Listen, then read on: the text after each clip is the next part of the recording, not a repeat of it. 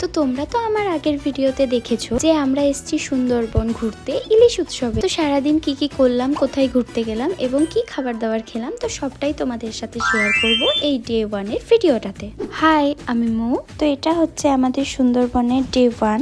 তো তারপর আমরা সবাই লজে উঠে পড়েছিলাম। আর লজটা যখন ছাড়লো মানে এত ভালো লাগছিল কি বলবো। আর ওয়েদারটাও সেদিন খুবই সুন্দর ছিল। আর এই যে তারপর একটু আমি দাঁড়িয়েছিলাম, হাওয়া খাচ্ছিলাম, মানে এত সুন্দর লাগছিল পরিবেশটা, কিছু বলার নেই। মানে এই যে ওয়েদারটা, এই যে নেচার জিনিসটা চোখের সামনে থেকে দেখা এবং ভিডিওতে দেখার মধ্যে সত্যি দুটোর মধ্যে অনেক পার্থক্য। তো যাই হোক, তারপরে এই পরিবেশটাকে উপভোগ করে এবং হাওয়া টাওয়া খেয়ে আমরা চলে এসেছিলাম ব্রেকফাস্ট করতে। এখানে অলরেডি আমাদের পৌঁছানোর আগে সবাই ব্রেকফাস্ট করতে শুরু করে দিয়েছিল। তো তারপর আমরাও গিয়ে বসেছিলাম ব্রেকফাস্টের জন্য। আর আমাদেরকে এখানে ব্রেকফাস্টে দিয়েছিল হচ্ছে গিয়ে লুচি, আলুর দম আর একটা করে মিষ্টি। আর এখানে আলুর দমটা খেতে কিন্তু খুবই টেস্টি ছিল। আর তারপর ব্রেকফাস্ট কমপ্লিট হয়ে যাওয়ার পর আমাদেরকে এখানে সবাইকে দিয়েছিল একটা করে এনার্জি ড্রিঙ্ক। রেস্ট করার জন্য সবারই জন্য বিছানা ছিল বোটের নিচটায়।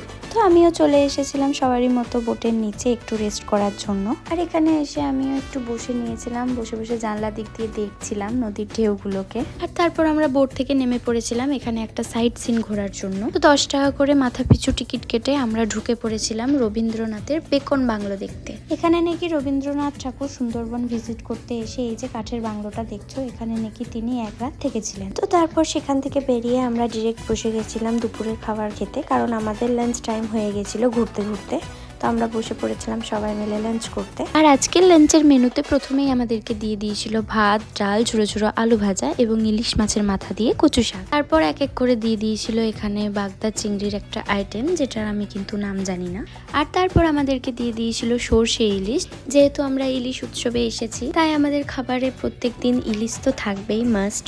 আর তারপর আমাদেরকে দিয়ে দিয়েছিল চাটনি, পাঁপড় আর শেষ পাতে একটা রসগোল্লা খেয়ে আমাদের লাঞ্চটা কমপ্লিট করি। আর তারপর আবারও আমাদেরকে সজনেখালিতে নামিয়ে দিয়েছিল সেখানকার সাইট সিন ঘোরার জন্য। তো আমরা সেখান থেকে ঘুরে টুরে বেরিয়ে যাই, কারণ দেখার মতন সেরকম কিছু ছিল না। দেন তারপর ঘোরা কমপ্লিট হওয়ার পর আমাদেরকে নামিয়ে দিয়েছিল পাখিরালয়ে। সেখানেই আমাদেরকে দিয়েছিল হোটেল থাকার জন্য। আমরা যে হোটেলটাতে ছিলাম সেই হোটেলটার নাম ছিল অভিনন্দন। আর এই ছিল আমাদের রুম। দেন তারপর ফ্রেশ ট্রেশ হয়ে সন্ধ্যাবেলায় চলে গেছিলাম এখানের আদিবাসী ডান্স দেখতে। আর আমরাও তাদের সাথে একটু ডান্স করছিলাম। তারপর ডান্স ফান্স করে আমরা চলে এসেছিলাম রুমে এসে আমাদেরকে দিয়ে দিয়েছিল গরম গরম পকোড়া। চাটা আমি স্কিপ করে গেছি। আর তারপর আমরা এখানে বাইরে থেকে অর্ডার করিয়েছিলাম কাঁকড়া। তারপর কাঁকড়া টাকড়া খেয়ে রাতে ডিনারে ছিল আমাদের চিকেন কষা আর ফ্রাইড রাইস, যেটার কিন্তু আমি ক্লিপ নিতে একদমই ভুলে যাই।